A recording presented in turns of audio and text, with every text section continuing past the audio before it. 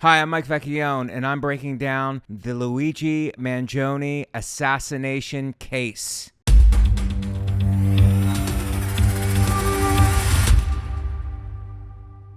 Here's what we know. Luigi Mangione was using a fake name to get by authorities, and that fake name was Gelato Fugazi. Luigi Mangione was the valedictorian of the Olive Garden.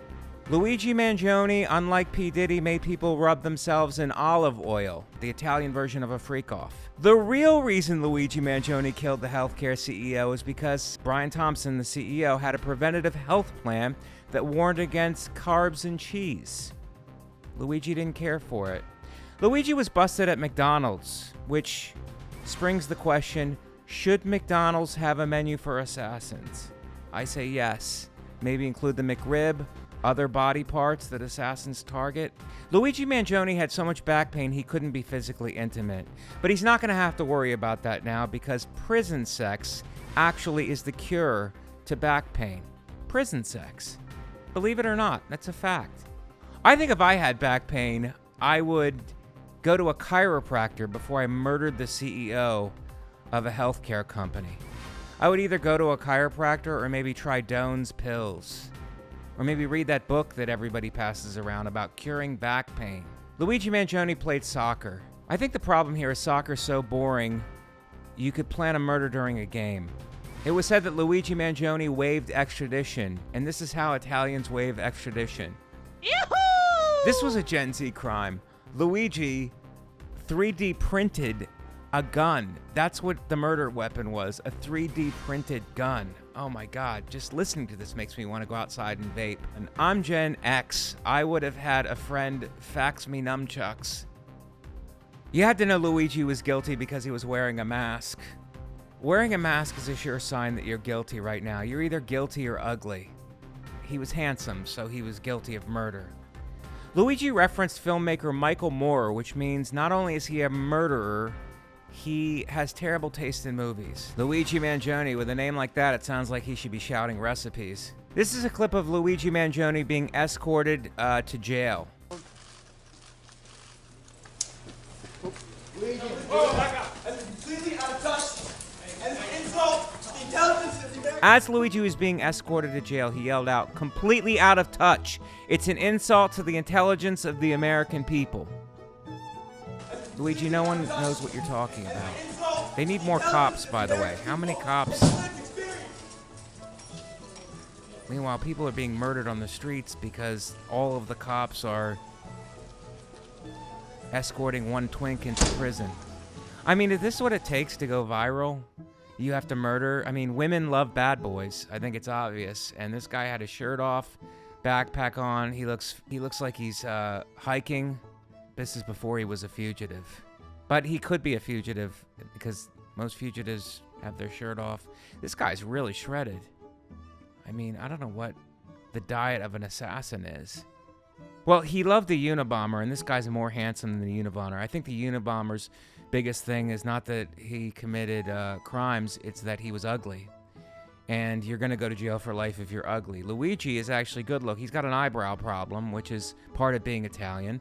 But I think if he gets a razor in prison, instead of trying to like break out or shiv a fellow cellmate, he should separate his eyebrows. I mean, that's the first thing his lawyer should do: separate eyebrows, so that they can be tried separately. He's better when he smiles. When he is screaming, and that orange jumpsuit doesn't do anything with his olive oil skin. Yeah, it's too. The scowls are no good. But I think women actually are secretly turned on by that. They're turned on by his scowls and his anger, because women secretly want the anger, but they don't want it. They don't want it directed at them. They want it directed towards the outside world. They want that anger protecting them. They don't want it turned towards them. But he looks like he would be a rough husband. Let's talk about his journey to New York. The suspect, Luigi. Which is such a hilarious name for a guy who is a murderer. Luigi. I think we think video game, we think fun, we think Atari. He avoided air travel entirely in order to sidestep security screenings and scrutiny. Rather than flying to New York where credit cards, ID checks, he used a fake ID though anyway. I mean, I used a fake ID, but it was to drink like normal people. Rather than flying to New York, he took the Greyhound bus, which is, I think, his biggest crime. Greyhound is worse than any prison. It's like a rolling prison. It smells. People are eating and having loud conversations on the phone. I think Greyhound bus should be on trial here for terrible service.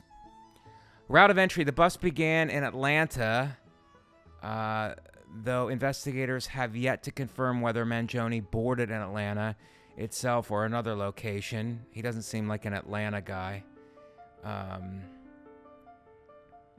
After arriving at Port Authority Bus Terminal in Manhattan on November 24th, Mangione checked into a hostel.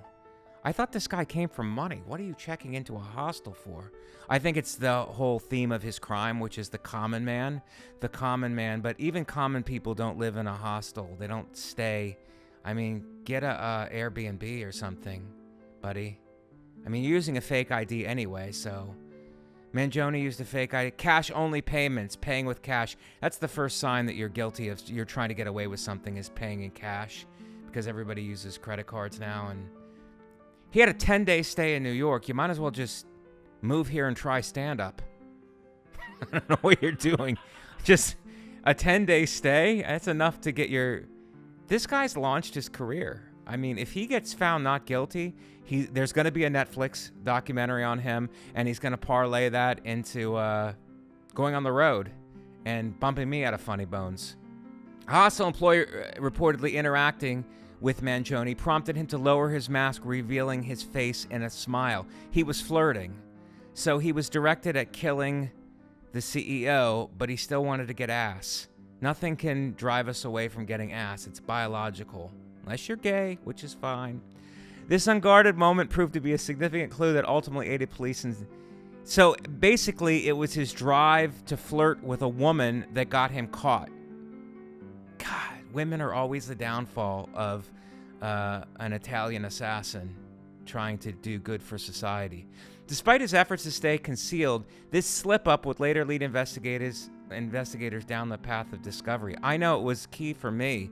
Once I saw his winning smile, I thought to myself, that guy's guilty. What did we learn from Mangione's plan to conceal his murder? Number one, never take a bus. If you're going to get busted anyway, you might as well get busted in style. All right, if you're going to use a fake ID, use a fake Uber account instead of taking a disgusting bus. And if you're going to take a disgusting bus, how about the Megabus? You know, during the pandemic, my friends didn't check in with me. You know who did? Megabus. Megabus checked in. And you can get fares as low as $1 on the Megabus. I don't know what this guy... He claims to be a man of the people, but he's taking Greyhound. No one takes Greyhound, okay? It's a Megabus territory. New York is Megabus. So, and he wore a mask, which is that's a tip-off that you're a killer if you're wearing a mask. You're either a killer or a pussy. Yeah! We know that Luigi paid in cash, which is the most Italian thing ever. Paying in cash, you want to avoid detection. That's a tip-off that you're a killer, is that you're paying in cash. Everyone pays in card or Apple Pay. I don't know. He 3D printed a gun. I'm sure he could figure out Apple Pay. What else do we know about him? We know he stayed in a hostel, which unless you're European and uncircumcised, that's the only reason you stay in a hostel. Not if you're an American citizen coming in to murder. You stay in a hotel. Treat yourself. Maybe a Four Seasons. The morning of the murder, on November 30th, around 6:44 a.m., Mangione executed his plan. First of all, you could tell this guy wasn't a comic or any kind of performer because we do not get up before noon. Mangione executed his plan in front of the hotel near the location of a Unitedheathcare investors conference. I think we can also tack on loitering. He was strategically waiting behind a parked car as CEO Brian Thompson walked by. I guess he was stalking him. He was, I guess it was just dumb luck. He really wasn't stalking him. and getting down his patterns. Usually what assassins do in the mob anyway is they sit on a guy and just they get a beat on his patterns of when he moves, what time he gets up, what time he goes to work. He didn't do that. This guy was just out in front of this guy's hotel, Brian Thompson's hotel, and figured it out that way. And the guy happened to be outside. So it was bad luck. Good luck for Mangione, bad luck for Thompson. After the shooting, Mangione executed a calculated escape plan. He ran from the crime scene, which is a given. You don't want to walk. Hopped on an electric bike, so I guess it's a Gen Z getaway. Rode towards Central Park because there's more crimes being committed in Central Park and you'll just blend in. He might have darted into Central Park, interrupting a... He ditched the bike, hailed a taxi, which is a bad move because these taxi drivers drive really slow now and are snitches, by the way, and proceeded towards the bus terminal to leave New York as quickly as possible. Now, his bus terminal he left for was 175th Street, which is so far uptown that you might as well be in the Bronx. I used to live up there, so I know that no one would look for you up there. No one even knows that part of New York exists, so unless you're Dominican, you wouldn't be found up there, okay? What did he leave behind? Discarded items in Central Park. After the murder, Mangione left behind key items that would later become pivotal in the investigation. A Starbucks water bottle, okay? These things are like $75.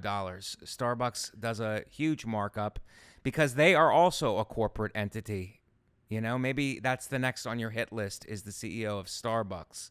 You have to go to Dunkin' Donuts to get enough coffee to get the focus in order to kill the Starbucks guy. An energy bar wrapper, which, you know, if you're going to assassinate, you need energy, all right? Protein.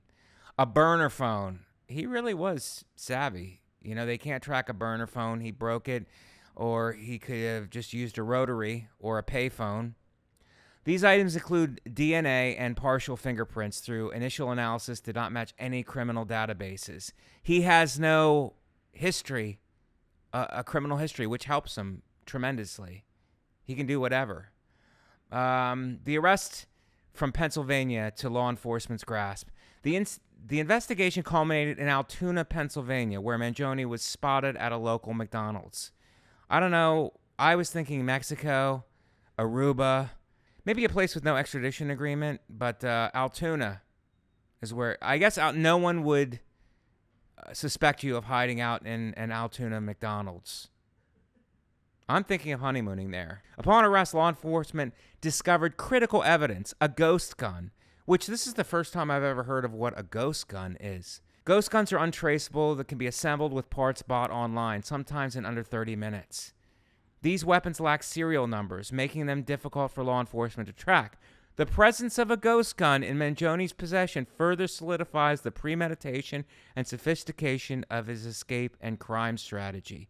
Okay, this guy has an engineering background. He could print out and put together a ghost gun. If the authorities needed one time where a printer wouldn't work, I mean, I can't print out the script without having a major meltdown. This guy printed out a gun and assembled it. So what have we learned about Luigi Mangione in this assassination case? Well, what we have learned is, number one, Luigi has no taste. He took a Greyhound bus. He stayed in a hostel. He paid in cash. Ladies, if you're looking for a date, this is not your guy. While initially attractive, except for the eyebrows, he is not a guy you want to go on a date with. Taking a Greyhound bus and staying in a hostel and paying in cash are 3 red flags you want to try to avoid. Also, I think a takeaway from here is if you have back pain, do not let it get to assassination levels, all right? Go to a chiropractor. Get on some kind of pills, illegal pills that will help you deal with the pain. Pain pills are illegal and they're sexy, so take them. Don't let this get to an assassination level where you're printing out a 3D gun and then tracking a CEO of a healthcare company and then shooting him. I guess with a printer gun, you're shooting him with ink? I don't know how it works.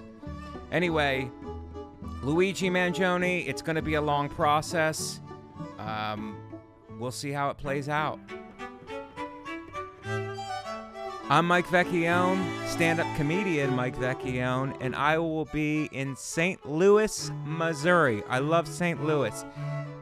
December 19th through the 22nd. So come and see me at the Funnybone in Westport, St. Louis, December 19th through the 22nd. And then, this is big. Special taping, Nashville, Zanies, Lab for the Nateland homepage. December 27th and 28th. The taping will be on the 28th. So, special taping, Zanies Lab, Nashville, Tennessee, December 28th. I'll be doing the whole weekend. December 27th, I'll be running it. December 28th, I will be taping it. Also, future dates in 2025. Syracuse, New York, January 3 and 4, Syracuse Funnybone. The Blue Room in Springfield, Missouri, January 10th and 11th. And Eagle Aruba Rays Comedy Club, January 19th through the 25th, followed by the Dayton Funnybone, Dayton, Ohio, February 7th and 8th. Those are upcoming dates. MikeVecchione.com for all of my dates. Thank you for watching. How about on the bus on the way here, there was no, they don't call the stops, and there's no monitor to tell you where it stops, so it's just like you're just guessing. I got off on the wrong. I went 2 stops farther and then walked in the rain. It was like the movie Seven, trying to walk here. I was like, oh my god, we gotta get to the bottom of some murders. There's a serial killer on the loose.